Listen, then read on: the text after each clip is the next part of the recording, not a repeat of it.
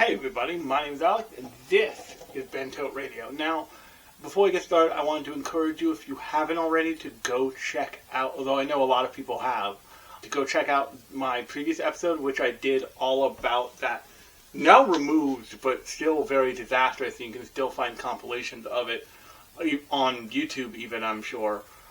Super disastrous dub fiasco that happened with Amazon. That was top of everybody's brains last week. I thought that was a really important episode to make, especially having to do with the craft of making anime and all that stuff, but definitely go check that out because I think I do a good job of getting into like nuances of all of it and why no part of what Amazon did should have ever happened. Even if you're a fan of AI and AI use and all that stuff, I go into why it's a bad idea to try and use those tools that AI are, because that's what they are. They're tools. They're not a creative force that people can leverage. They're tools to try and do some of the things that really are a craft and a skill set that they were trying to work around, even if it was only from a production angle for not just anime, but other stuff they've done, because they've done AI dubs for other shows that leaked out, I think, at the same time. But, so definitely go check out that episode. It's one of the more popular episodes, actually, for a good reason, and I'm really happy about that. But definitely go give that a look. And this will be a much more traditional show, if you couldn't tell by the thumbnail if you're watching this on YouTube. But if you want more out of me, you can, of course, subscribe on YouTube if you're watching this, and hit that notification bell so your new episodes drop. Or if you're listening to this, you can subscribe in whatever podcast app you are subscribed to.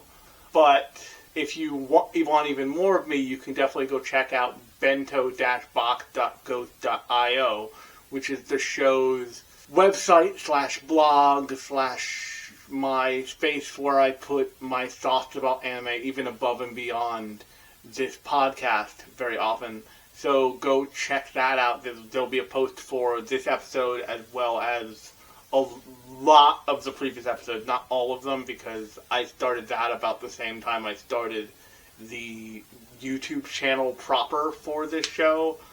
But there's also a couple articles on there. Eventually I'll finish the article I'm working on when I get around to it. It's the holidays, I've got a lot to do, but it is somewhere in the back of my head. But on that note, I want to jump into the thing that we're talking about this week, and that is a show that I would bet is still actually running by the time this comes out. But, because I'm trying to do some lineup stuff for the holiday season, which is a specific thing I want to talk about for the episode that should come out on or super near Christmas. But if you haven't figured out what the Christmas thing I want to talk about is, which you can probably figure out, definitely look forward to that.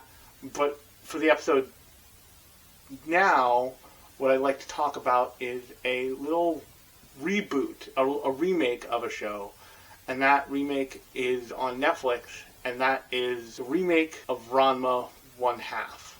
So I'm going to toss it over to to give us a plot synopsis on Ranma 1/2, and then come back with my thoughts. So take it away, Ranma 1/2 is a martial arts romantic comedy about Ranma Seotom, a teenage martial artist who, after falling into a cursed spring in China, transforms into a girl whenever he is splashed with cold water, and turns back into a boy with hot water. Returning to Japan with his equally cursed father, who turns into a panda, Ranma is suddenly engaged to Akane Tendo, the hot-tempered daughter of his father's old friend, as part of a plan to unite their family martial arts schools. Ranma and Akane clash constantly, but a complicated and often hilarious relationship begins to develop between them.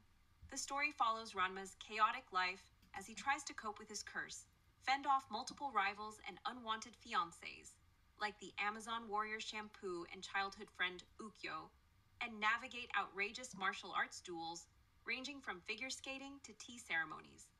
With a huge cast of eccentric characters, slapstick comedy, and moments of heartfelt emotion, Ranma half explores gender identity, romance, and growing up. all through the lens of absurd, over-the-top action and endless misunderstandings. Now, before I dive into my thoughts specifically on Ranma, I want to talk about its creator, because I think the original creator of Ranma is an important person to think about in the landscape of not just anime, but manga, and the whole of anime and manga culture, so to speak, because she's a big presence that looms large. There's so much so that there are urban myths about the woman, and that woman is Rumiko Takahashi. She is the original mangaka who created not only Ranma, but Ranma, Urusei Yatsura, Maison Ikkoku, Inuyasha. And if you look at all those shows, you can really tell, you can see her style in all of them. More recently, she created things, I believe she was the person behind Snow White and the Snow White with the red hair, and she was definitely the person behind Rinne, which is, I think, her most recent thing. But the reason why I want to talk about her here and about her work as a whole is because she's experienced a kind of popularity that is oftentimes reserved for the big shonen titles of the time, and a lot of that has to do with the fact that she approaches her work in the way that shonen action shows end up approaching their work. And what I mean there is shonen action shows, when you think of big bombastic shonen jump action shows, you think of shows that are hundreds of episodes long. Dragon Ball Z, Bleach, One Piece is over 1,000 episodes at this point and still going.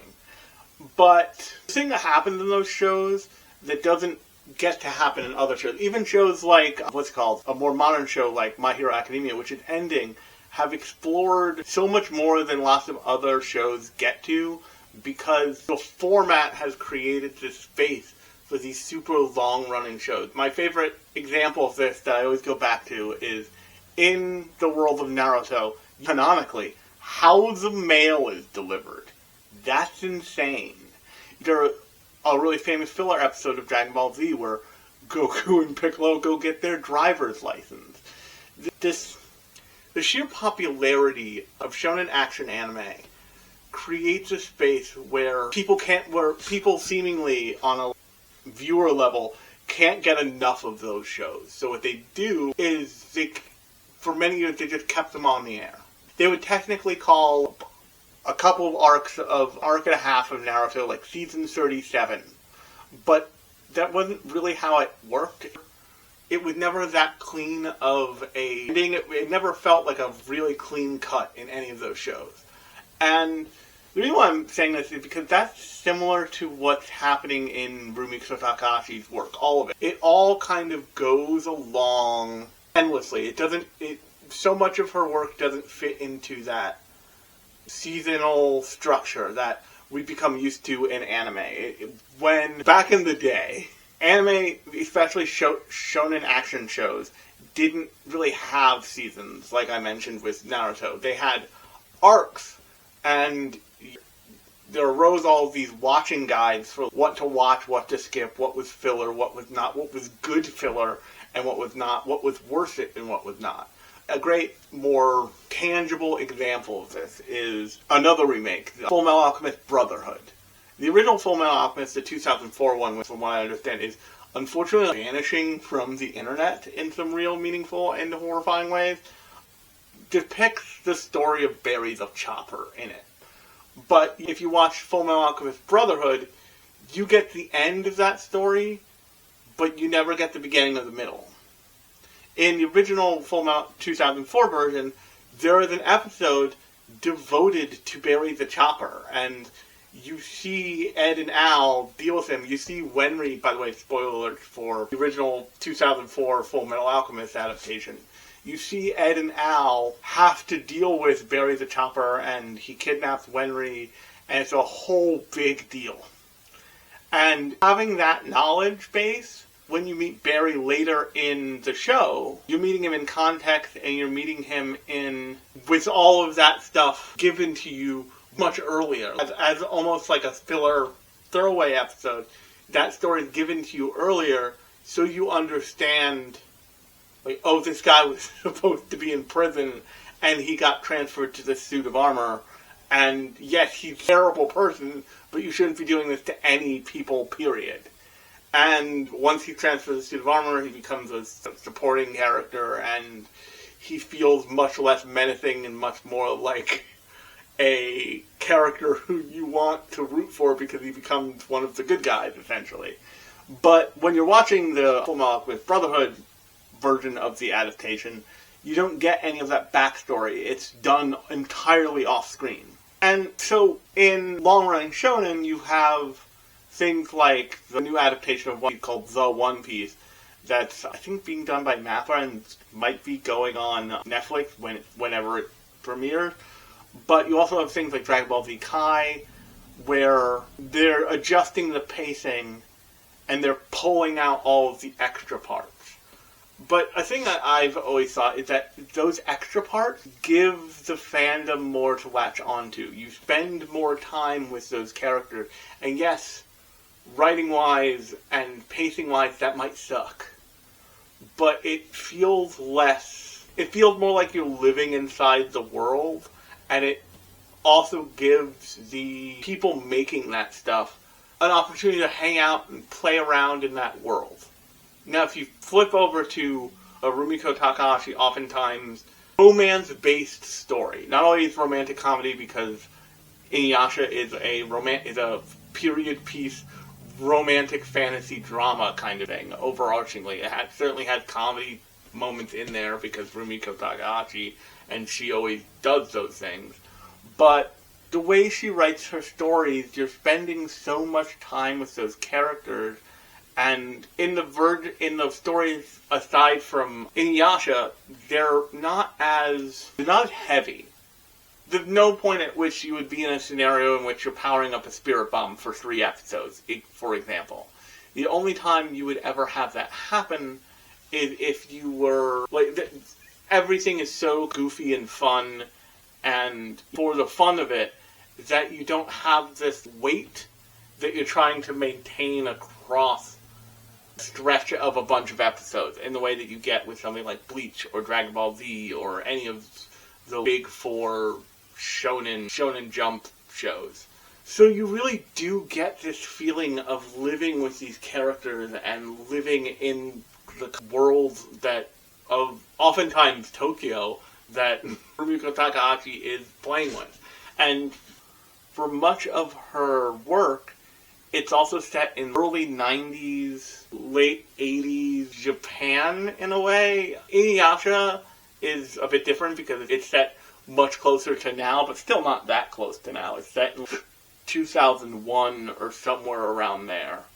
But for so much of her work, the characters and the time you spend with them is the point. The romance almost isn't even the point, and you see that in the way that she treats the female cast members.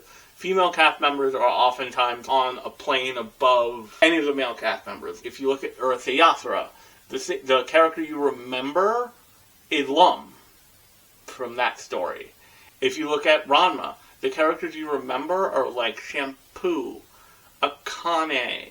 Ranma is remembered because of the title, but oftentimes you get almost more depictions of female Ranma than you do of male Ranma. If you've never seen Ranma, you're like, what do you mean? I'll get there in a second. But I think that treatment of female characters and that knack for making really not necessarily strong, but striking and pretty grounded female characters comes from the fact that Rumiko Takahashi is approaching this as a female mangaka.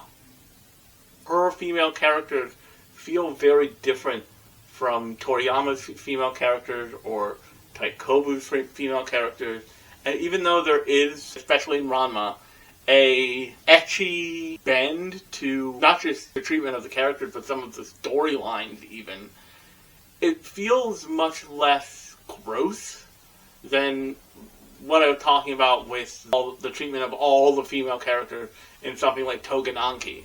Tougen Anki is an insane thing that somehow takes all the wrong lessons about treatment and writing for female characters from all of the previous Shonen Jump series.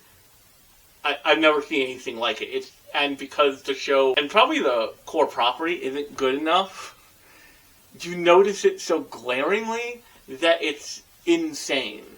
If you watch One Piece, and you watch One Piece up until the first time skip after Marineford, you notice the difference, especially in Nami, before the time skip and after, and the way Oda treats those characters, and the way that Oda has the camp before and after the time skip. And it's really jarring. When I first experienced that transfer, I stopped watching One Piece for a while ago. We made some choices. We passed the age of consent and we made some choices. Just because it feels legal doesn't mean it feels right. And Rumiko Takahashi, in all of her work, kind of misses that entirely. For a bunch of reasons. First, you have an awareness that this is a female mangaka writing a romance story, and this is a female mangaka handling female characters and female bodies in a way that it feels less gross and less. It feels like the characters happen to be naked, not like the characters are there for gooning purposes, if that makes any sense. It feels like nudity happens in Rumiko Takahashi things more than it's just a thing that's so overtly purposeful all the time, constantly.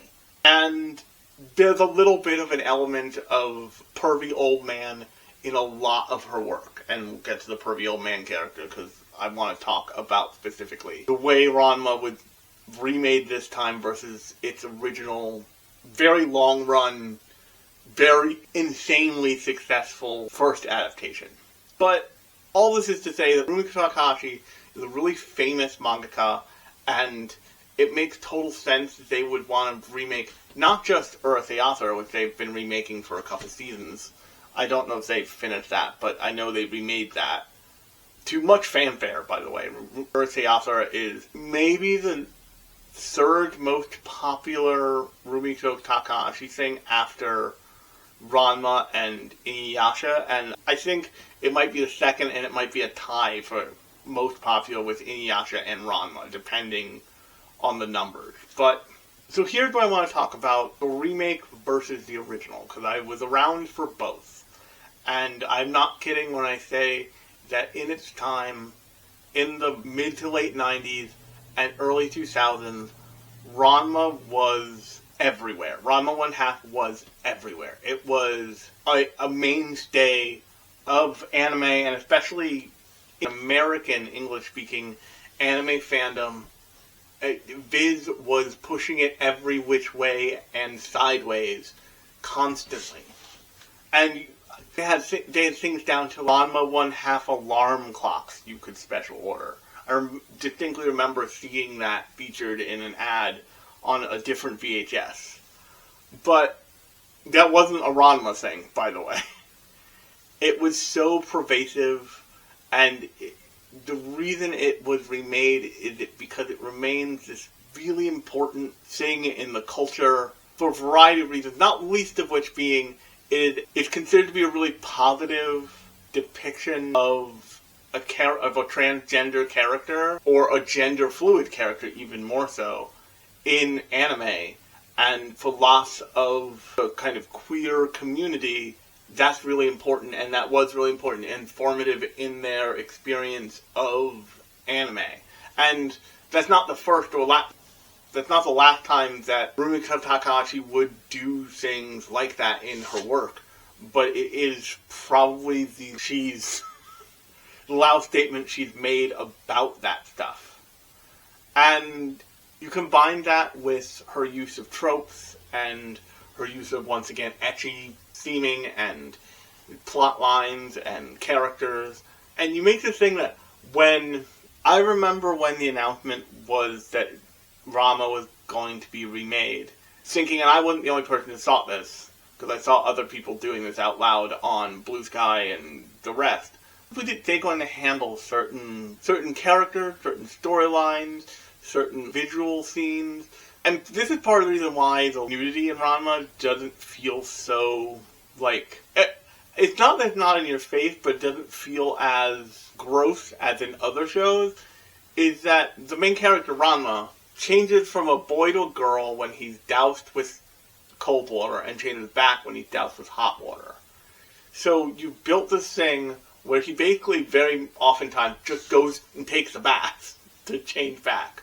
Or out in the rain and gets doused and becomes a girl. And he lives in this body and he treats his body the same oftentimes, whether he's a boy or a girl. Unless they can make a comedic joke out of it, essentially. And the show doesn't shy away from that. The other thing about this show, I think that the remake and Mappa, who's doing the remake, have done a decent job at this, but when the original Ranma was made, the original Ranma anime adaptation was made, it was a very different anime landscape. Anime was much more still a Japan first thing and exported later. I can tell you from this poster just being sold in Akiba, but also from walking around in Tokyo, because everything's censored, the bar for, oh, you shouldn't be seeing this, is much higher. Yes, there are gentlemen's clubs and more insane that need to be of age to get into, and they're not just going to let kids in there. But basically, if you're walking around Tokyo and you see a thing that says either VR or DVD or Blu-ray in a big sign, that's a shop full of porn. I'm not exaggerating, and you'll see a lot of these. I remember, and not just in Tokyo, but I distinctly remember walking through Osaka, through one of the many covered shopping streets of Osaka, and looking up and just seeing VR booths available, DVD, Blu-rays, DVD, and these were not shops that were selling access to immersive video games or anime or any of that. They were just selling porn. Just straight up. In various configurations, whatever you wanted. And that stuff exists. That stuff has come to exist in a much less guarded way, not just in Japan, but around the world, than it is here. Than it is in America. And I think a lot of that has to do with how go speak and the way you have to speak, for example, here on YouTube if you want to get picked up, and the fact that you shouldn't curse within the first 15 minutes of a video and all this other stuff. But the long and short of it is when anime was being made chiefly for an audience in Japan and then being exported outside of it, there's a very different understanding of what we're making, how we're positioning it, who we're pitching to. Because when they made Ranma, originally, they were pitching to people who were fans of Ranma, and people who were avid anime watchers, and they were aiming at that audience. And they made a thing that was styled much more specifically at that very specific Japanese audience. A perfect example of this is a show called Gate. If you could go find the show is insane. The show is largely a giant piece of propaganda masquerading as an anime, and the propaganda is the Japan Self-Defense Forces. It's wild. And this makes sense because it's from the early aughts, so it's before the popularity of anime really took off in the way that it has now. It feels like an older show because A, but B, because it's not for the general viewer. It's for otaku, and it's for hardcore otaku. So you have your classic young girl character who's really a 900-year-old death god. You have your harem of fantasy women, and all of these very specific otaku-minded themes and tropes. Ranma isn't as bad in that direction, but in its use of ecchi-seeming and storylines even. Like I said, when it was announced it was going to be remade, a lot of people, a lot of old-school otaku like me, were just sitting, puzzling through it in our heads. How are they going to do this? there's a lot of nudity in Ranma. In a way that's unavoidable. They haven't gotten to it yet, because they just introduced Haposai, who's this show's pervy old man character, because there's one of those in a couple different Rumiko Takahashi joints. But he's this show's version, and he's like the old of the Takahashi verse, if you will. But even Ryouga the Flea is not quite as insane as Haposai. But there's a storyline where essentially Haposai and Ranma get into a fight in a bathhouse, and just everybody's naked all the time. I don't know how they're going to handle that particular mini arc, but boy is it in there. And what they ended up doing was they ended up applying old school anime or hentai rules, if that makes any sense. So back in the day, the rule used to be, if you're just making straight hentai, you put nipples on everybody. If you're not, you don't. And that's kind of what they've done here. And they've turned the characters into putty, into softer, less defined versions of what was in the original 90s, early aughts adaptation that is still around. But in the first season of the show, the opening was its own opening, and I respect them for doing their own thing there, because if you don't do your own thing with these reboots, you end up with something like a Trigun Stampede versus Trigun scenario, especially in the first season. I haven't watched any more of the Trigun Stampede stuff other than the first couple episodes, because as someone who grew up with the original Trigun, could not take the way they were trying to pace those episodes out. I just couldn't do it. But the fact that they were trying to reinterpret the old episodes instead of doing entirely their own thing in a more fleshed out way just kept making you think about the original Trigun and the awesome heavy metal opening that thing had, and the way that in what you don't want to remind viewers who have seen something that you're remaking of the old thing, because that's a double-edged sword. You can certainly reference it, but if you go much beyond that, you can get a lot of the negatives, like the fact that a lot of old school fans of Trigun didn't respond well to the way they cut original full episodes in half and fused them together to get their way through the less story-heavy parts of Trigun, because to us, those episodes helped build the character of Vash and helped you sit there and understand him in a really meaningful way.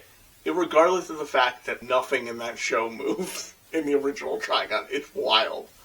But the way that Ranma had chosen to cut a lot of the filler out.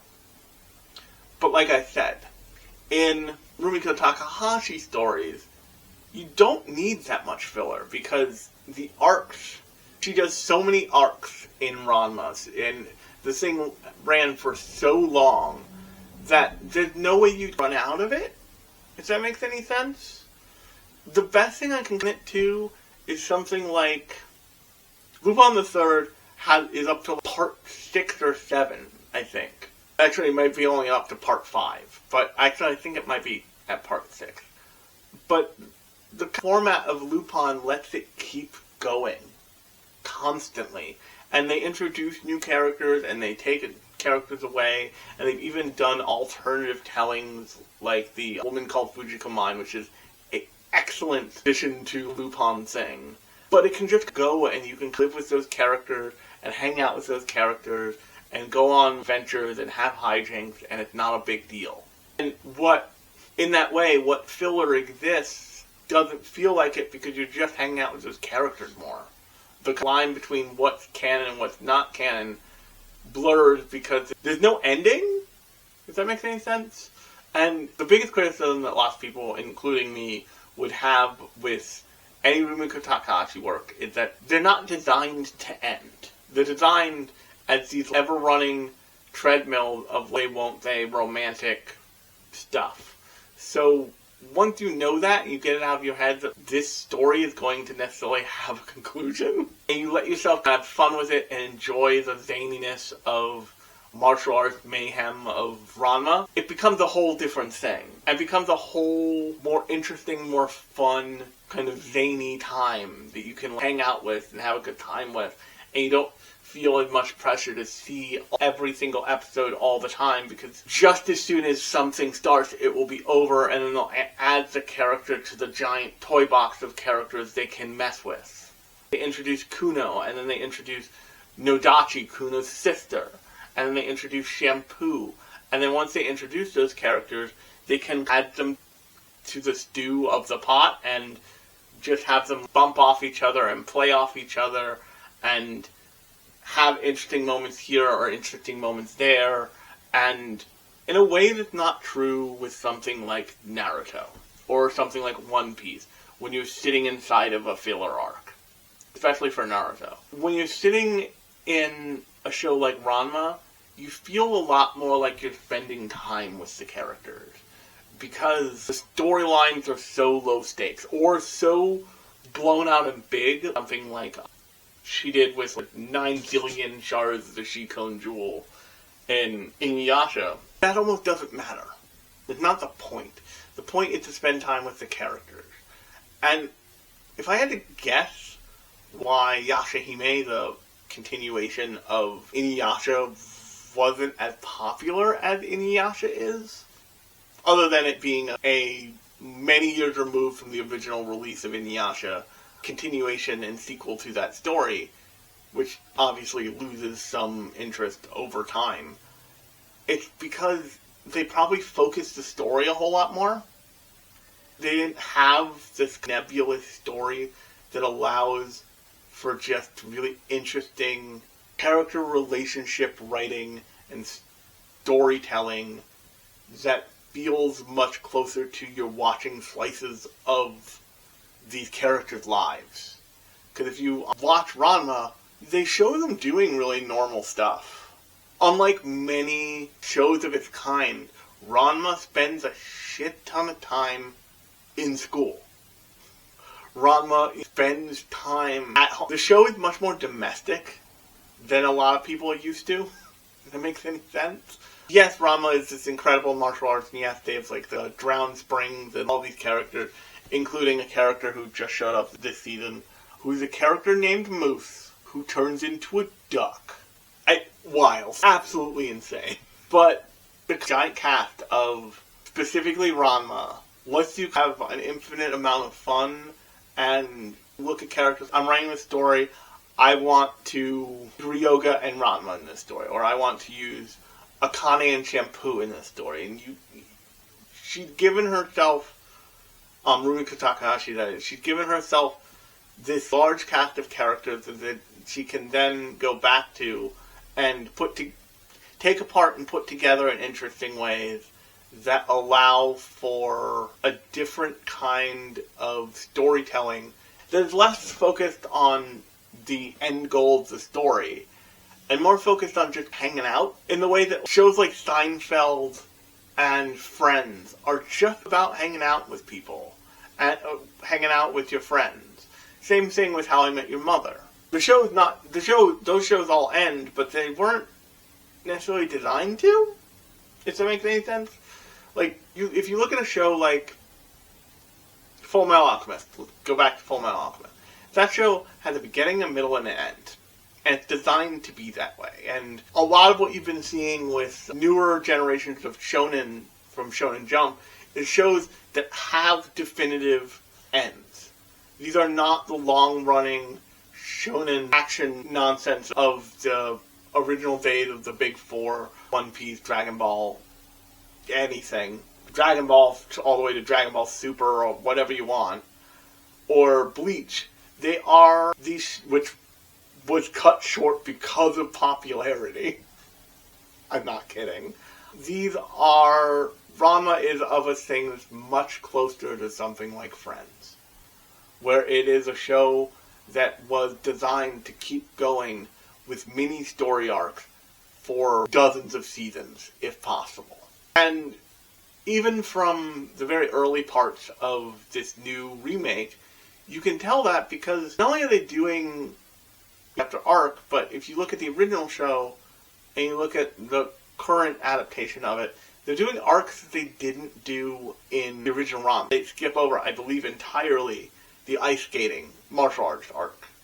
If you look at the pacing of the new Ranma, Ukyo, who's actually my favorite character, is introduced way later in the show. I got so excited when I saw the opening for the current season of Ranma. Oh, Ukyo's here. That rules. And in the kind of harem quality of the show, they also have because I think this has to do with Takahashi approaching a harem romantic comedy thing from a different perspective. You have a much less sycophantic cast. Yes, you have a straight-up sycophantic character like Shampoo, who is obsessed with Ranma and wants to marry him no matter what. But then in the current menagerie of female characters who are romantic interests for Ranma, you have Dashi the Black Rose, who's an insane person. You have Akane, who is the most tsundere thing within 5 miles of anything she's close to. And then you have Ukyo, and Ukyo is a childhood friend character. But they treat her like it, if that makes any sense. She's just friends with Ranma. Yes, there's romantic stuff there, but at the core is a friendship that doesn't go away. And the only reason it went away at all was because of Genma. And here's what I want to talk about. One of the worst parents in anime. I'm not saying he's Gendo Akari level. I'm not saying he's war criminal nightmare level. I'm saying that if a real human did to his kid what Genma Sawatome does to Ranma would not be taken away, Genma would be sent to prison.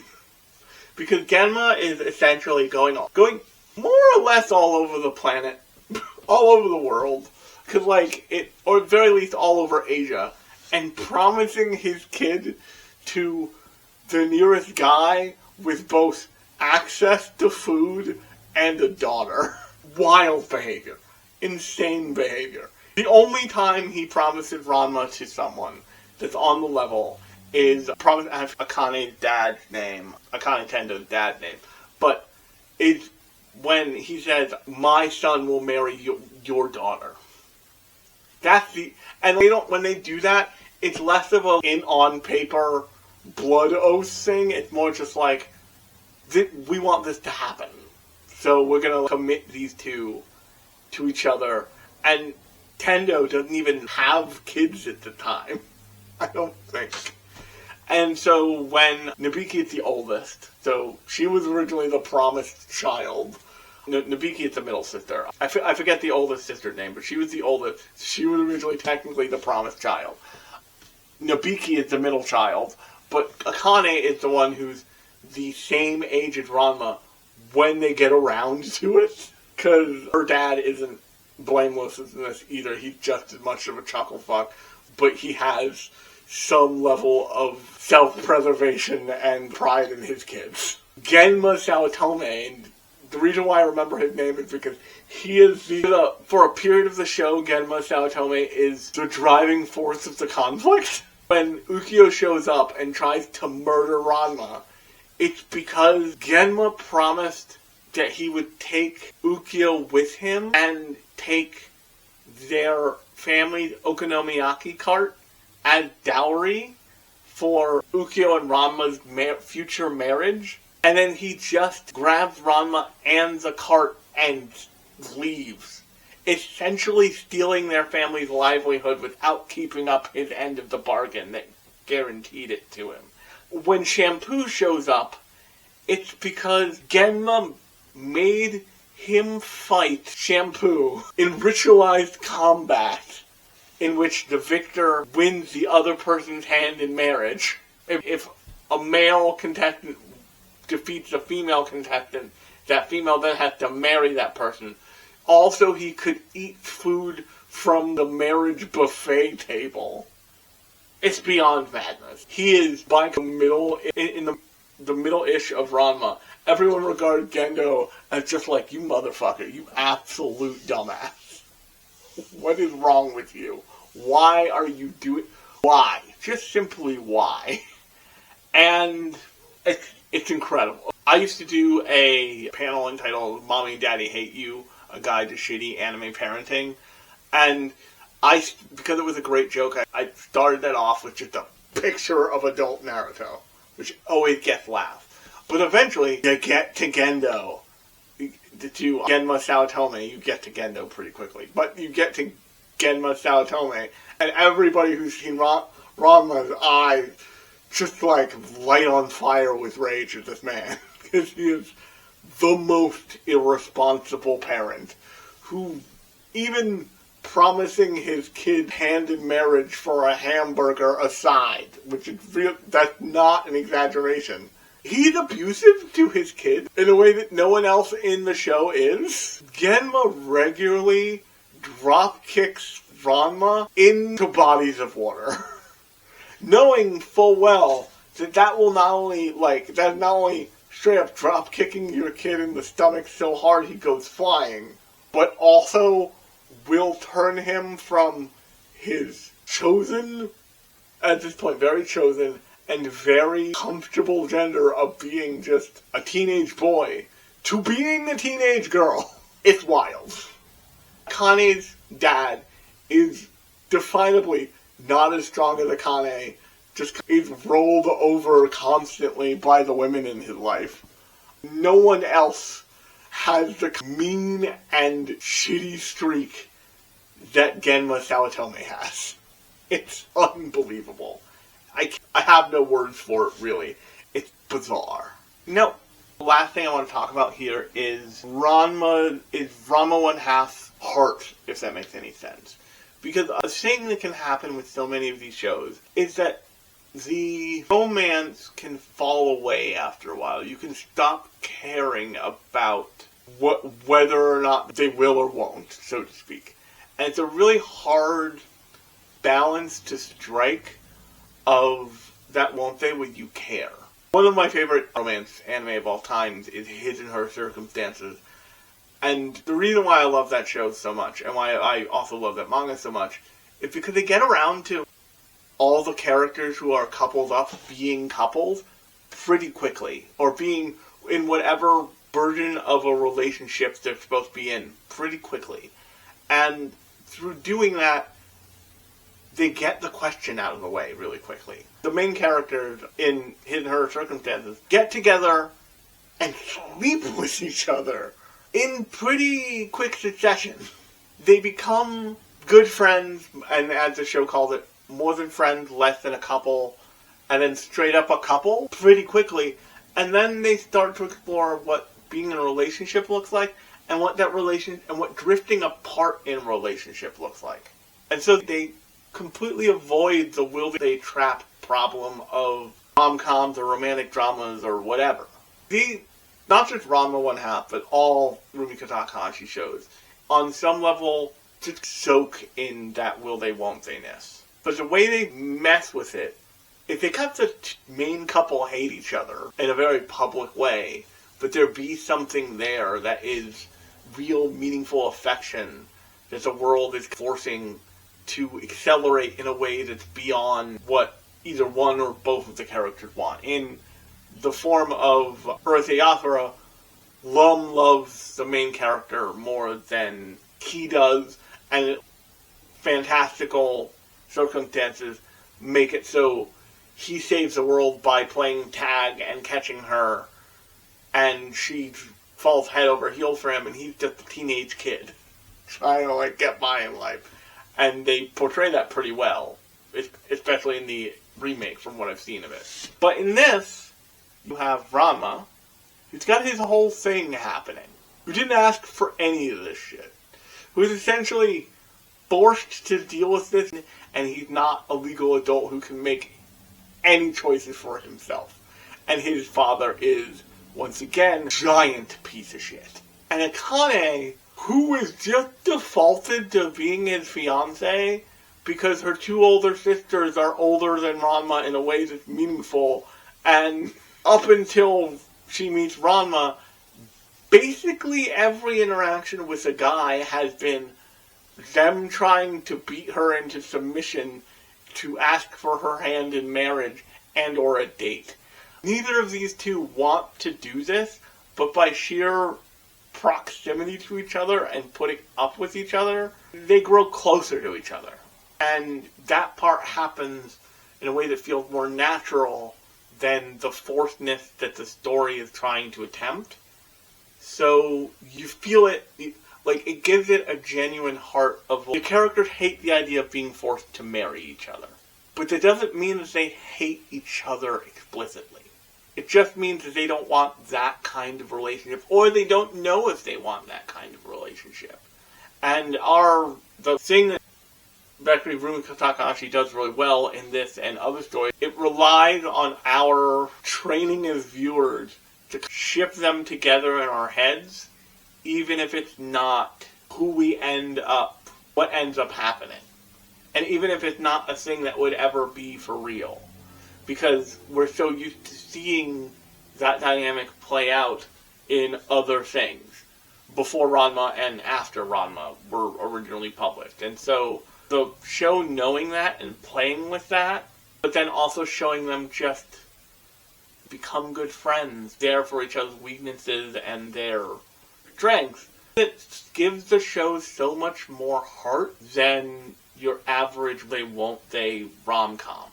And I think that's really meaningful because it's not, don't get me wrong, it feels manipulative, but it doesn't feel forced in a way that so many romantic comedy, especially harem comedy things, feel forced. And once again, because it's not meant to end, because Ranma doesn't feel like a thing that's meant to have an ending, it feels like a thing that can stretch on into infinity, even though it doesn't. I know it has an end. I haven't seen the end of Ranma, but if you've seen Ranma, the end isn't the point. Once again, I've been saying this whole time.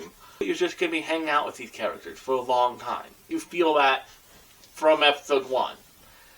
And so letting that relationship develop and giving that relationship the time to develop and change and grow feels a lot better than when you're watching any number of